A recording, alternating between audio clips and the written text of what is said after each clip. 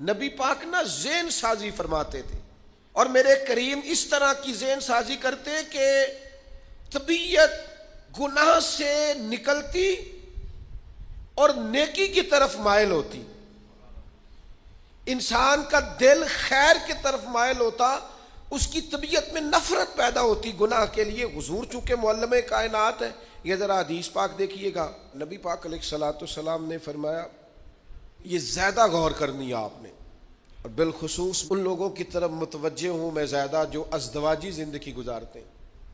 نبی پاک علیہ السلام نے فرمایا یقیناً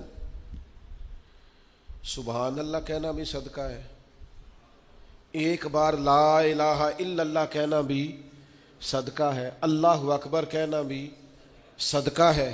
نبی کریم صلی اللہ تعالی علیہ وسلم فرمانے لگے الحمدللہ کہنا بھی صدقہ ہے، نیکی کا حکم دینا بھی صدقہ ہے، برائی سے روکنا بھی، اور فرمایا اپنی بیوی سے مباشرت کرنا بھی صدقہ ہے۔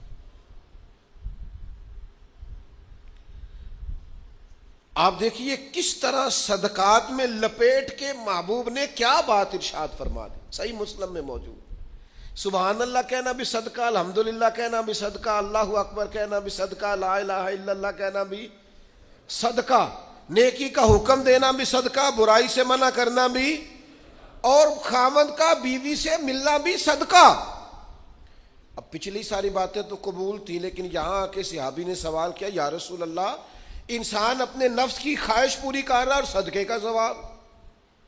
حضور فرمانے لگے یہی خواہش اگر بری جگہ پہ جا کے پوری کرتا تو گناہ ہونا تھا کہ نہیں؟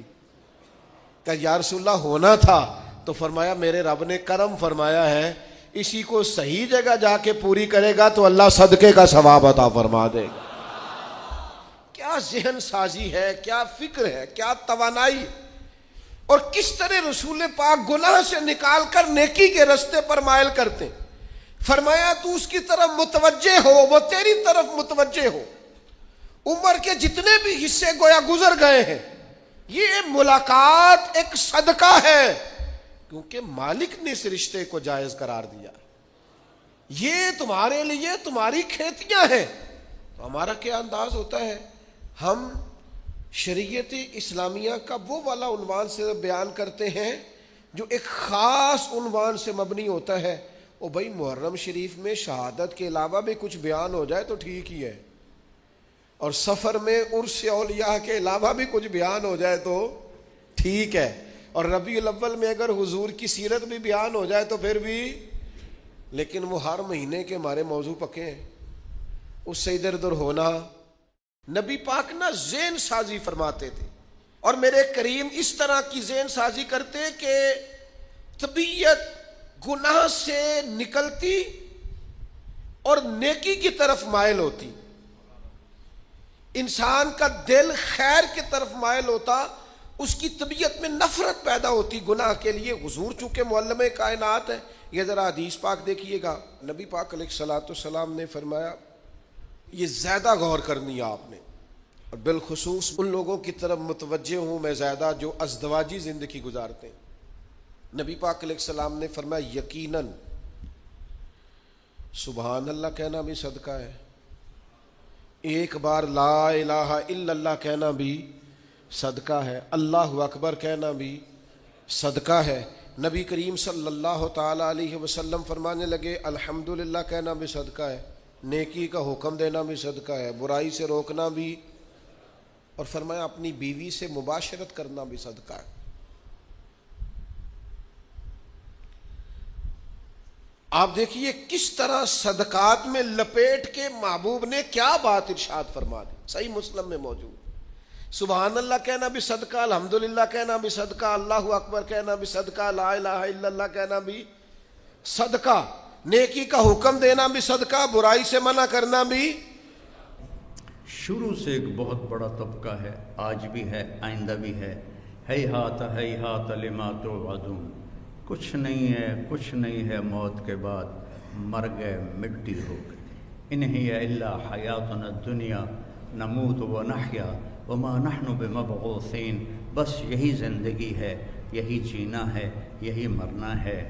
جو بابر کا ایک مقولہ مشہور ہے، بابر بعیش کوش کے عالم دوبارہ نیست، مغل بادشاہ بابر پر ایک دور تھا جب وہ شراب بھی پیتا تھا، داڑھی بھی منڈاتا تھا، تو پھر جب اس کی رانا سانگا سے ٹکر ہوئی تو وہ بہت بڑا لشکر لے کر آیا تھا اور اس کے پاس بہت تھوڑا سا لشکر تھا، تو اس نے پھر شراب کی صراحیاں توڑی، داڑھی منڈانے سے توبہ کی اور اللہ نے اس کو رانا سانگا کے خلاف فتح دی۔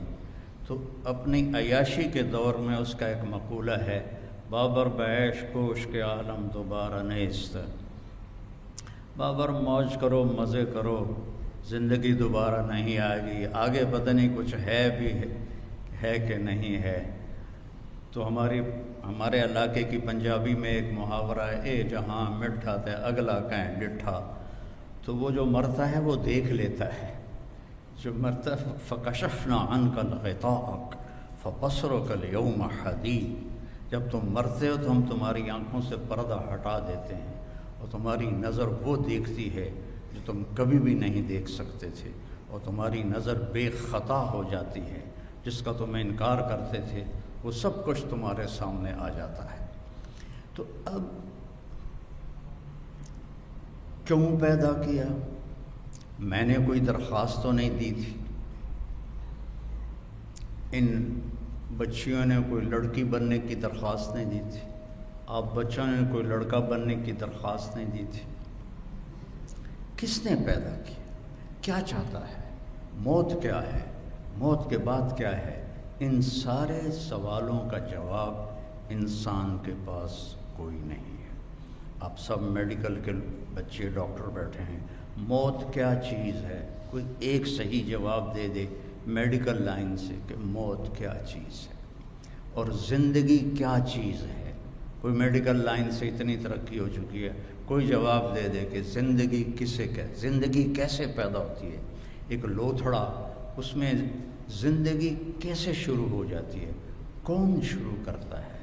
اور موت کیا چیز ہے؟ کسی کے پاس کوئی جواب کوئی نہیں ہے۔ اس لیے پھر اللہ انبیاء کو بھیجتا ہے جو آ کر انسان کو بتاتے ہیں کہ تو امتحان کے لیے ہے اور موت کے بعد تیرا نتیجہ نکلے گا، اور یہ بہت اعلیٰ ہے جنت یا بہت خوفناک ہے جہنم۔ جنت کا یہ میرا نوخن تو پچھلے بچیوں کو نظر بھی نہیں آئے گا، یہ سامنے والے دیکھ رہے ہیں۔ میرے نبی کا فرمان ہے اس نوخن پر جنت کی کوئی چیز رکھ دی جائے، کوئی پانی کا قطرہ رکھ دیا جائے، کوئی گھاس کا تنکا رکھ دیا جائے، کچھ کیا آئے گا اس کے اوپر، اور اس کو ایسے میڈیکل کالج میں لا کے رکھ دیا جائے تو زمین سے لے کر آسمان تک خوشبو پھیل جائے گی، اور چاروں طرف کائنات میں اس کی وجہ سے روشنی پھیل جائے گی۔ وہ کیا چیز ہے؟ اور دوسرا بھی انتہا بتائی کہ جہنم کے ایک ڈول پانی، جہنم کا ایک ڈول میں 6-7 لوٹے پانی آتا ہے، اس کو 7 سمندر میں ڈال دیا جائے۔ میں نے سارے بڑے سمندروں کا سفر کیا ہوا ہے، اس میں اسے ڈال دیا جائے اور 71% سمندر کا پانی ہے اور 29% خشکی ہے۔ اس میں اگر وہ ایک ڈول پانی ڈال دیا جائے تو سارے سمندر کھولنے لگ جائیں گے۔ کیا ٹیمپریچر ہوگا اس کا؟ اور اس میں وہ غوطے کھائیں گے، انہیں پلایا جائے گا۔ تو وہاں 2 انجام ہیں، ایک بہت اعلیٰ، ایک بہت خوفناک۔